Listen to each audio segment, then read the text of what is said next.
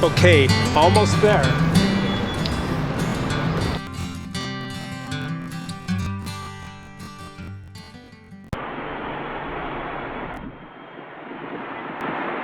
Hi, I'm Randall, and we are here at the Vancouver Art Museum today to talk about the simple and continuous verb tenses in English. But why here at the museum? Well, it's because the architecture of this museum is built in the traditional style of ancient Greek, and this style is seen throughout Europe and North America. But you know, it's not only the architecture or style of buildings that has influenced Western culture. Our language actually has thousands of words, and especially academic words, that come from the Greek language. But there's also a famous philosopher, a Greek philosopher named Aristotle, who has influenced greatly the thinking of Western culture, and this has even influenced our ideas about time. See, Aristotle liked to divide things up into different categories and according to their characteristics, and he even divided time into two kinds of time that cannot be measured and time that can be measured. And this is what's important today, because these two categories of time that cannot be measured and time that can be measured, seem to fit almost exactly the two verb tenses that we're going to look at today, the simple tense and the continuous tense. So we're going to go first across the street to see a big pendulum that swings back and forth to explore the ideas of the simple tense of time, which is time that cannot be measured. Then we're going to go over to the steam clock over in Gastown in Vancouver to explore the idea of time that can be measured.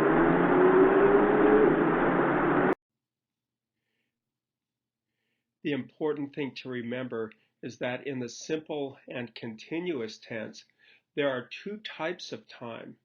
First of all, time that cannot be measured. This is used in the simple tense. And secondly, we have time that can be measured, and this is used in the continuous tense.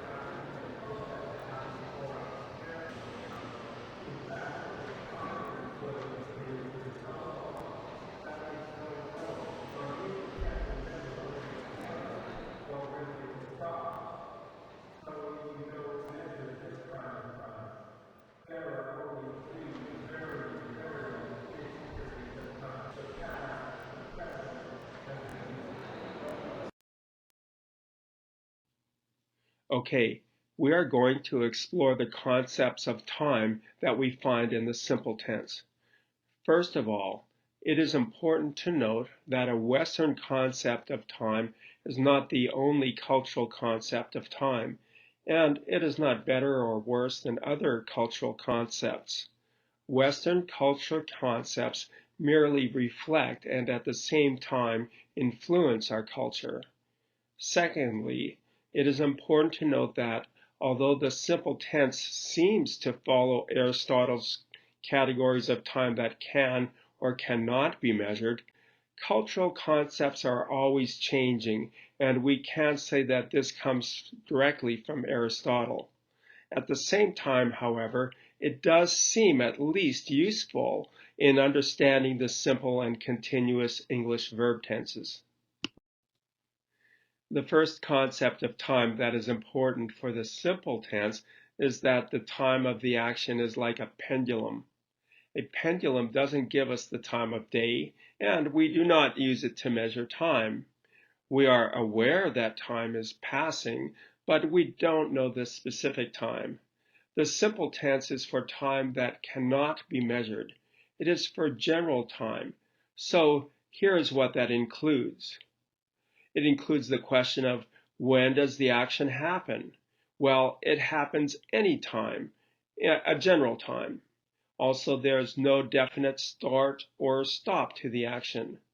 The action can be forever, and the action is inside of a larger block of time.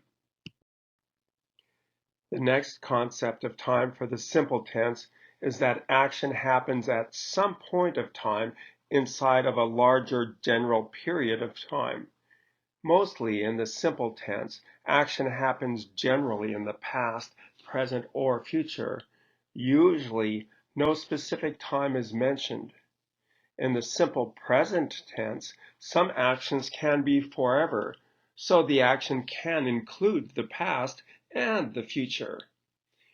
In the simple past and simple future, time may be mentioned, but when it is mentioned, it is given as a fact. In the simple past, the emphasis is not on the action itself, but rather on the historic fact that it happened at a certain time. In the future, the action is merely a plan for action or a prediction of action. So the plan exists now and continues until it eventually does happen. Again, the emphasis is on the plan or the prediction and not on the action itself. To give an example and to explain this further, we could say that if a specific time is mentioned, the emphasis is not on the action. The action already happened. Rather, it is stated as a historic fact, and we all know that facts are forever in time. There are no time limits on facts. Here the example is the Eiffel Tower was built in 1887. This is something that you might read in a history book as a fact. In the earlier part of the video at the big pendulum, I said that the simple tense was for really big periods of time, like the past, present, or future. However, sometimes smaller periods of time are used, such as last year, this morning, or next month. Still, the action does not fill up the whole time like it would in the continuous tense, but it takes place at some point in time, a non-specific time, during the big block of time. So it is not a specific time. It happened generally within the time period that is mentioned. But when do we use the simple tense? So far, we have discussed the theory of the simple tense, but it would be helpful to look at the real world outside of the textbook. What are some situations in which we would use the simple tense? For what purposes would we use the simple tense? Briefly, we would use it in the following situations. First of all, for timeless situations or actions. Secondly, for descriptions. Thirdly, for facts or permanent situations. Next, for definitions. Then, for repeating actions. And finally, for states of being.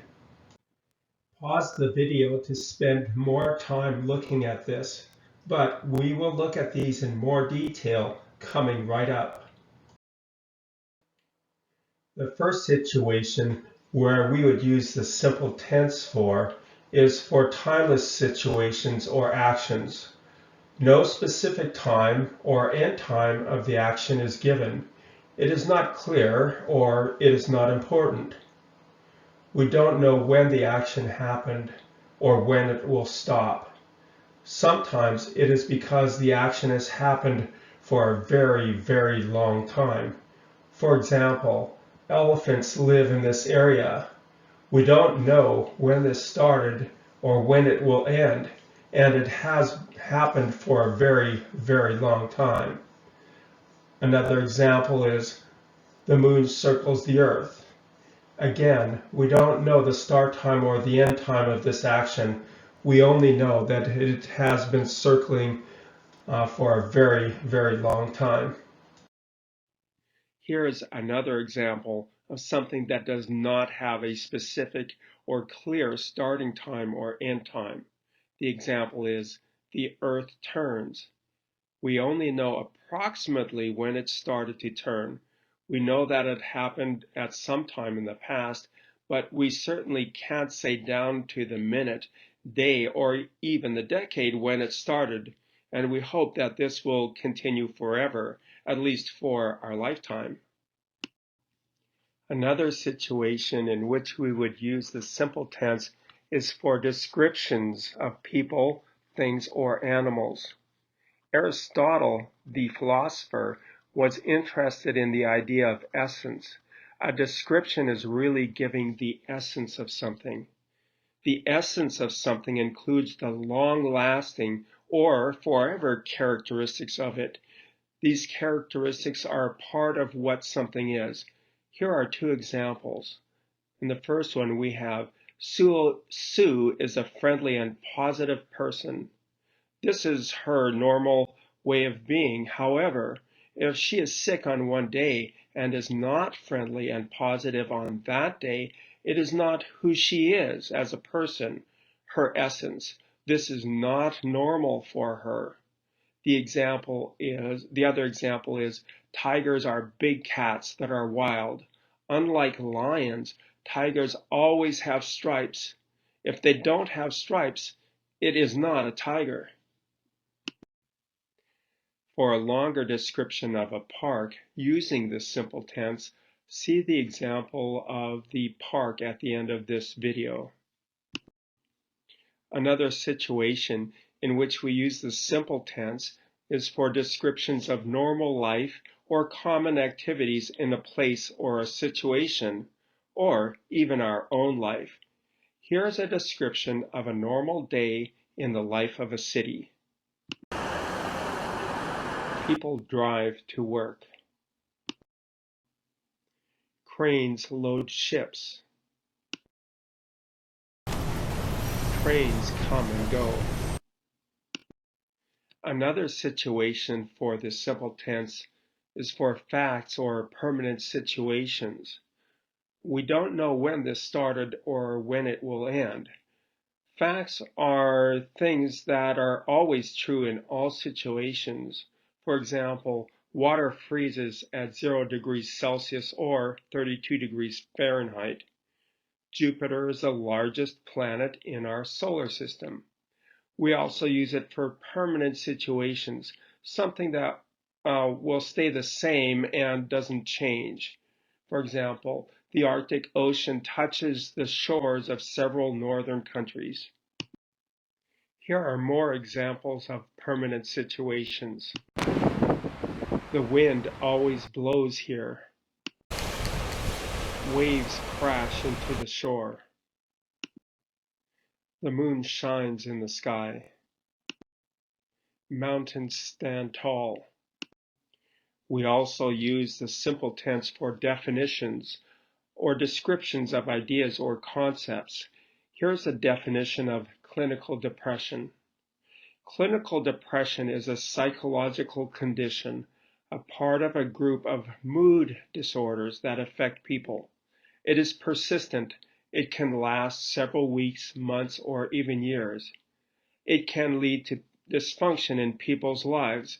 This means that they cannot function or do not do the things that they need to do. Yet another situation that we use the simple tense for is for repeating actions. Here, the time of actions that repeat cannot be measured because they happen more than one time. This could be at regular times. This is for action that repeats on a regular schedule. Or they could happen randomly at not regular, irregular, or unpredictable times. Here are some examples of regular actions could be I drink coffee every morning. And irregular or not regular or random action could be tigers sometimes hunt elephants. This could be at any time or any place. Here are more examples of repeating actions. The sun rises every day. People celebrate New Year's Day every year. This boat leaves every hour. Finally, the last situation where we use the simple tense is for non-action verbs. These are states of being. Non-action verbs, which are states of being, are verbs which are descriptive of something that is not physical, but they are permanent or long-lasting. They include verbs of emotion, possession, mental states, perception, and some others. If you would like to study this further, pause the video before moving on.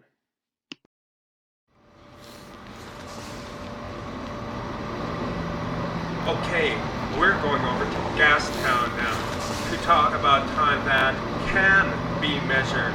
So we're going to see something that measures time there. An old steam clock. Come on, let's go.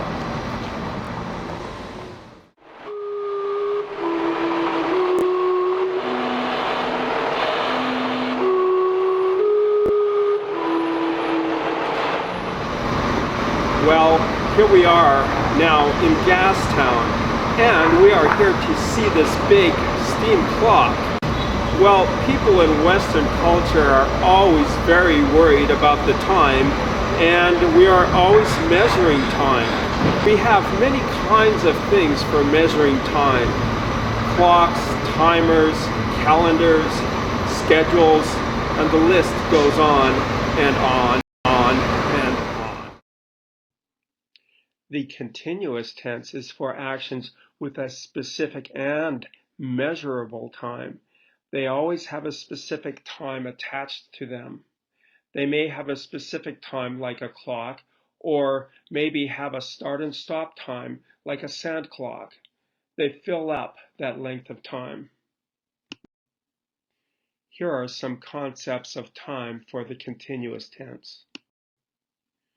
With the continuous tense, this action happens at a specific time that is mentioned.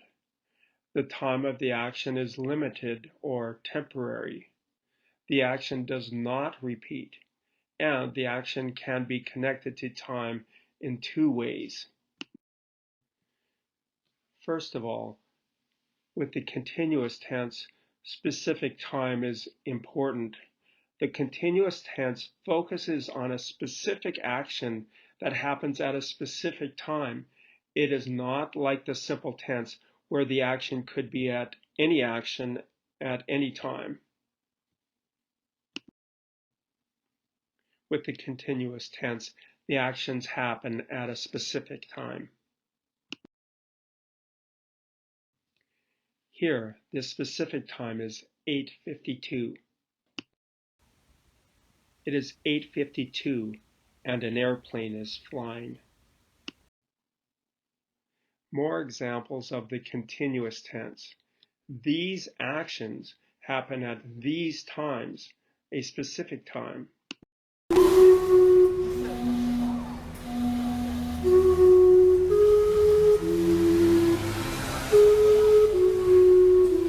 It's 4:27 and the whistle is blowing.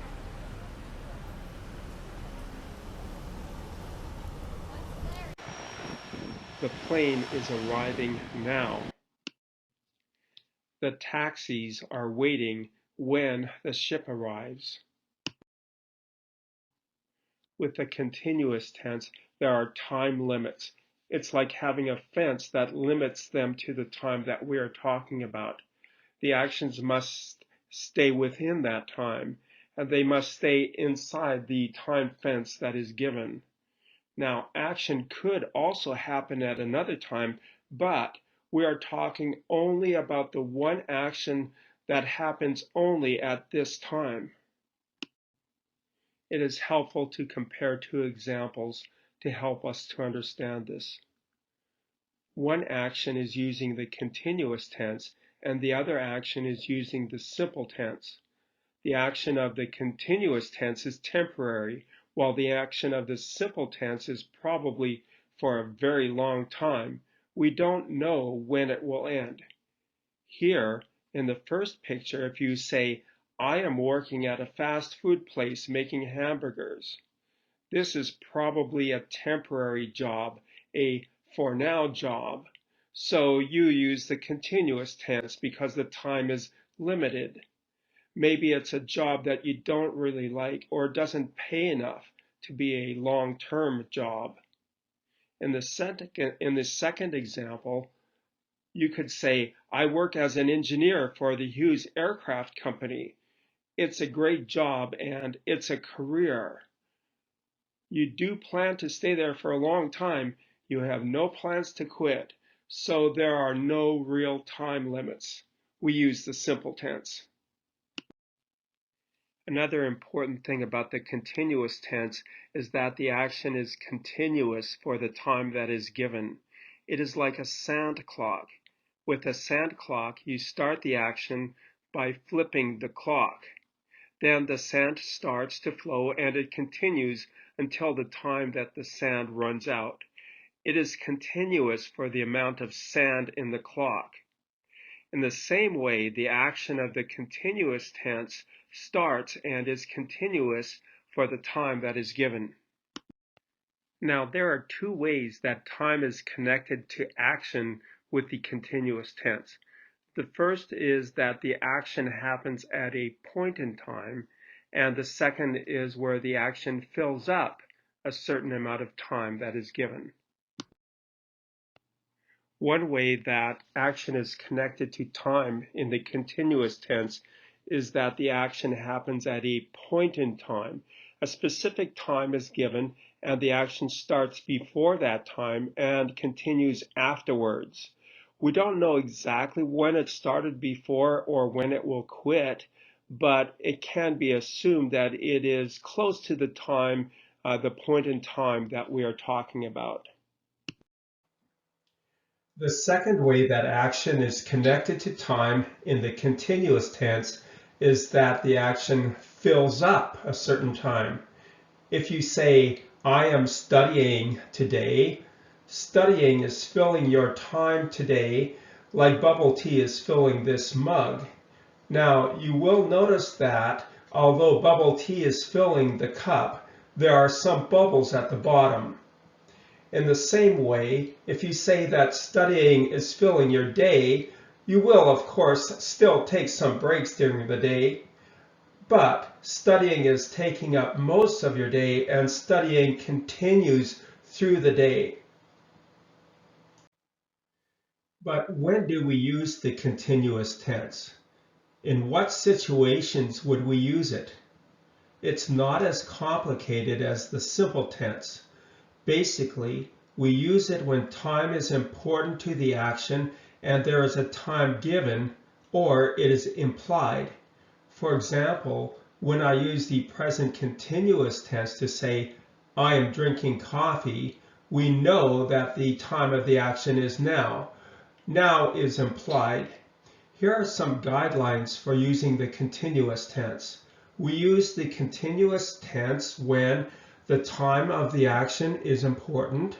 Secondly, the action happens at a specific time. The boundaries of time are clear. Thirdly, the time is stated or easily implied by the context. 4. The action is centered around a point in time. It starts shortly before that time and continues shortly after that time, or it fills up an entire period of time, like today. The action is limited in time. It's not expected to continue for a long time. Earlier in this video, I said that there would be a description of a park at the end of the video. Next, we will watch a video that describes a wonderful park. We will use the simple tense to describe it because this park stays the same for a very long time. There are no real time limits for this park. So the simple tense is really used to describe things and to describe action rather than focusing on action.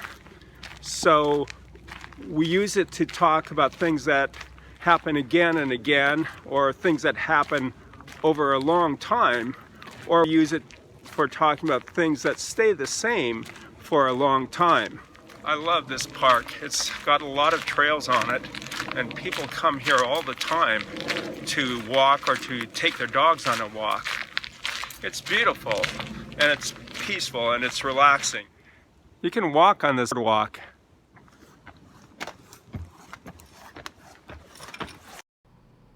You can walk along streams or see old stumps. The trees here are big and old and tall. There's a lot of wildlife here, including herons, ducks, and you can even watch bears. Or you can climb these stairs. But just be careful for cougars. Next, there are two videos that compare the simple and continuous tenses. Comparing things helps us to understand it better because we see the contrast of the two things we are describing. Showing the differences helps us to understand each part. In the first example, where we compare the simple and continuous tenses, there is an interview with an indigenous artist. An indigenous person is a person who belongs to the original or first group of people who lived in a certain place. In the second example, I will interview an engineer or maybe the lead person of a group of engineers. These engineers are testing an autonomous underwater vehicle. Autonomous means that it operates on its own.